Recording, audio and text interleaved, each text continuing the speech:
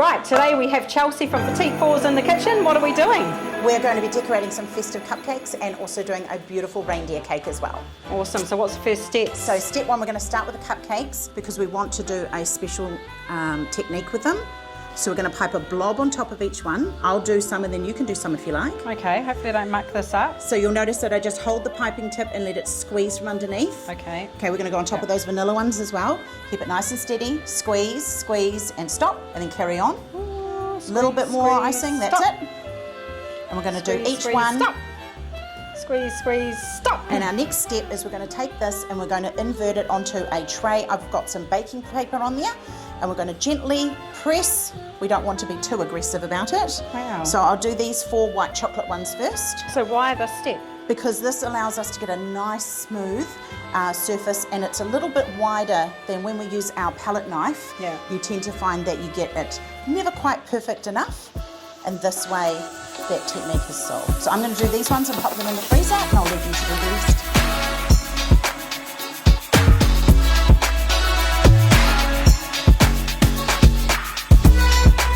Okay, so now we're going to move on to the cake side of this class. Are we going to call it a class? Yeah, I feel like I'm being very educated here. We're going to use the same piping tip bag that we had before, save having to waste it. And we're just going to go around the cake and we're going to squeeze and rotate. So easy.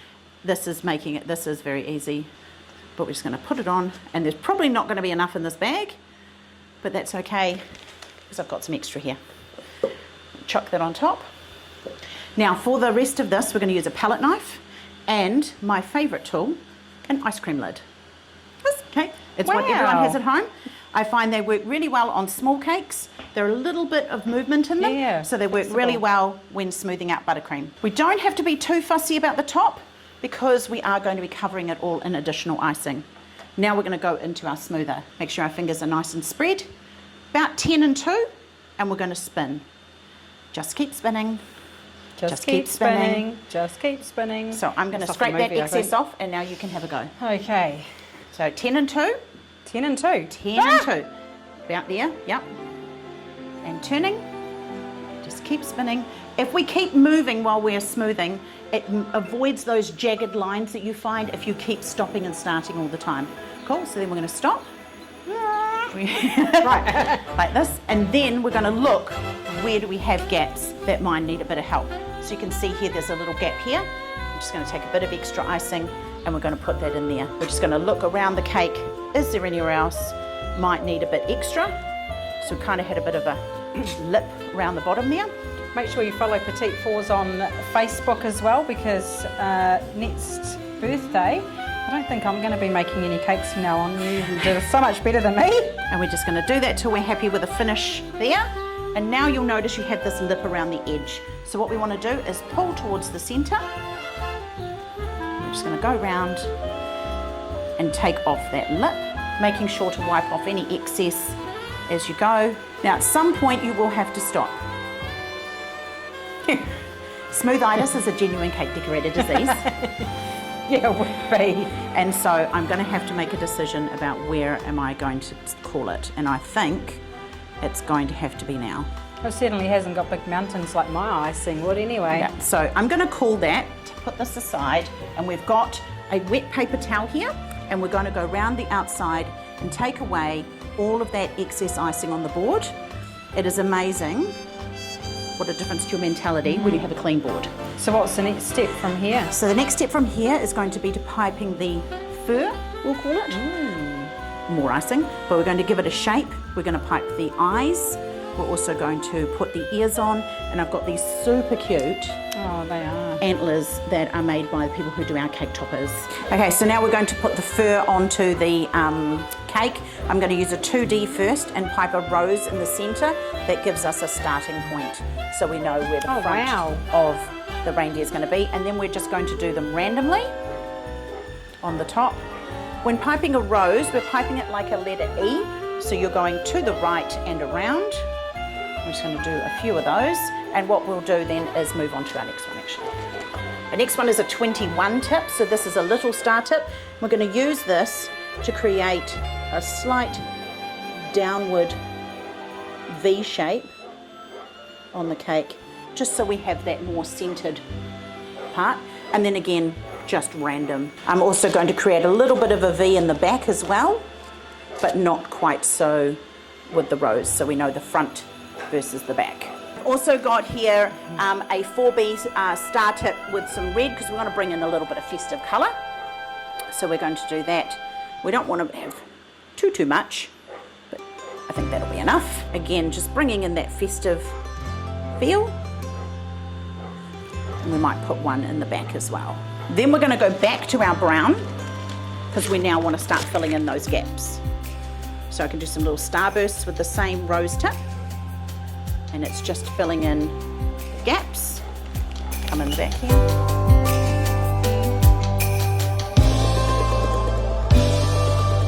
Now once we get to this point, I usually stop and I'll now put on the horn and the ears. So these ears are made from marshmallow fondant, so it's basically marshmallow, a little bit of hot water, microwaved, and then you add icing sugar. Do you make them? Yes, we do. Nice. It's also what I make my unicorn horns out of, because it sticks with my policy very much that everything should be edible. Yeah. Although you're holding antlers that you can't eat. So we're going to look at the front of the cake and decide. I'm going to just turn it this way and then I'll turn it back. We're going to go about there, straight up and down, pressing in. There we go. And then on with the antlers. Now, do we think in front or behind?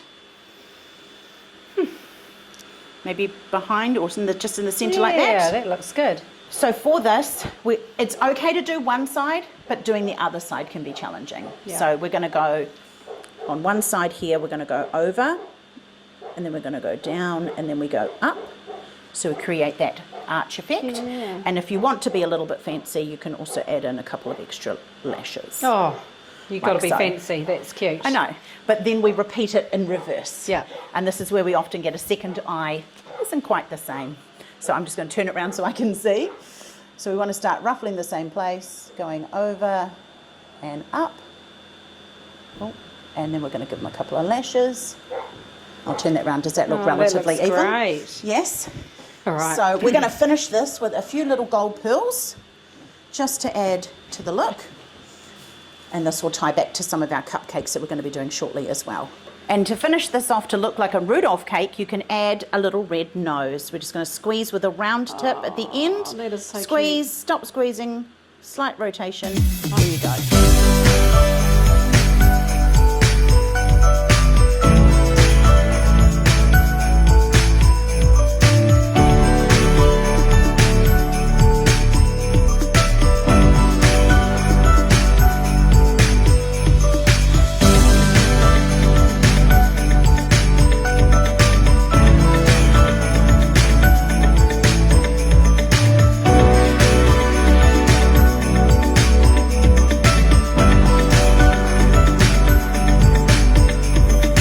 So now we're going to decorate our festive cupcakes. We're going to start with the red velvet and we're going to ice it to be a poinsettia flower.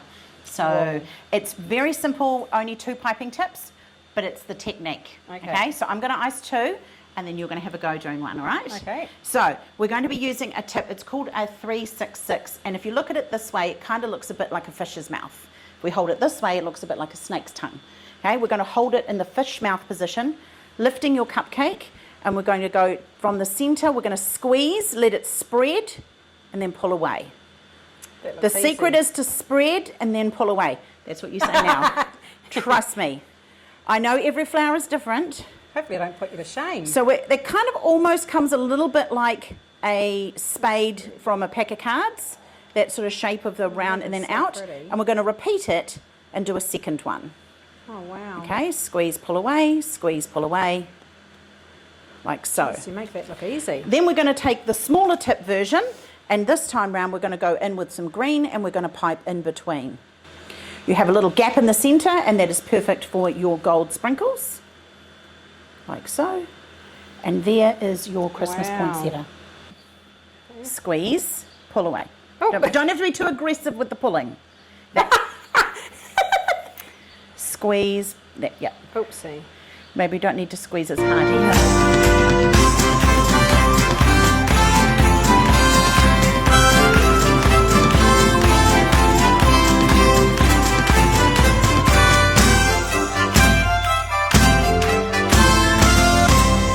Okay, so now we're going to move on to our next cupcake. I've taken our tray out of the freezer and we're going to gently peel them off the paper. And as you can see, you now have a perfect smooth surface for our decoration. Wow. You can see how simple this technique is, and they only need about 5 to 7 minutes in the freezer. But if you're going to put them in the fridge, then probably more like 10 to 12 minutes. A 4B piping tip, we're going to squeeze around little blobs. Doesn't matter if they're just random, okay? Random. So again, I'll do 2 and you can have a go. So take the larger piping star tip first. Yep. There we go. Nice and close. No, squeeze, let it spread, and then just stop squeezing it. Not too pulley. Yeah, so you want to definitely squeeze it to get it to come out, but we don't want to be lifting. Is that right? Yep, that's okay. So long as they're all the same as well, I find it still works. You just don't want one that's up and one that's down. And then going in with the little guy. Lovely.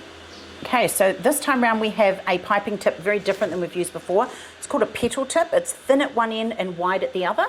And what we want to do is ensure that the wide bit is touching the cupcake. Okay. If you have it round the wrong way, it will come out looking very weird. So you want that thin bit at the top. We're going to go like this. We're going to squeeze very gently, going backwards and forwards, slightly wider each time. That is like cool. that, till you get to the bottom. Now the secret with this one is slow, but continue. Okay, don't stop. We're going to pop a little star on the top of our tree, and then we're going to use those same sprinkles to tie back to our other cupcakes. And that is your Christmas tree. That's incredible. So then we're going to repeat that. So, backwards and forwards, backwards and forwards. Okay. Star and sprinkles.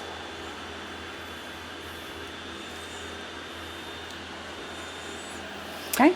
Okay, I'm going to have a go. So fat end here. Holding it like that. That's like it. That. Yep. Okay. Just slowly, backwards and forwards, just commit. Slow, slow. That's it. Wider. Nice. Yep. And then decide to stop. Yep. Okay. Cool. Maybe keep the piping tip in your bag and just do another one if you like. Yep, that's it. Nice and steady. Moving a little wider. That's it. Nice. It's a very impressive looking tip. It works really well, but it is very a simple execution. Star, star, and sprinkles. Lovely.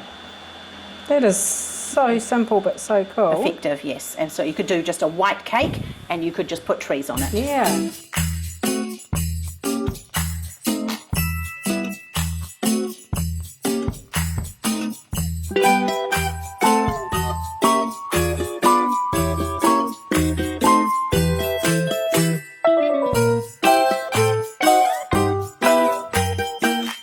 So that is all of our festive decorating done.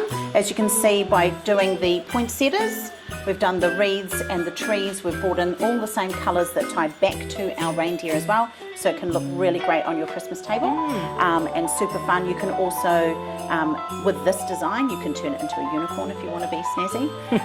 But the piping tips, not too complicated. And as I mentioned, with the trees, look really great. You could just pipe them onto a cake as well. So I hope you've enjoyed today. It is nice and simple, just a few sprinkles and a bit of buttercream. And I've learnt some great cake techniques, so thank you so much. And me and Chelsea have decided to do a giveaway. So Chelsea's going to give a $100 cake voucher away, and we're going to throw in $100 for you to spend at the warehouse on your next birthday. Thank you. And Merry Christmas. Merry Christmas.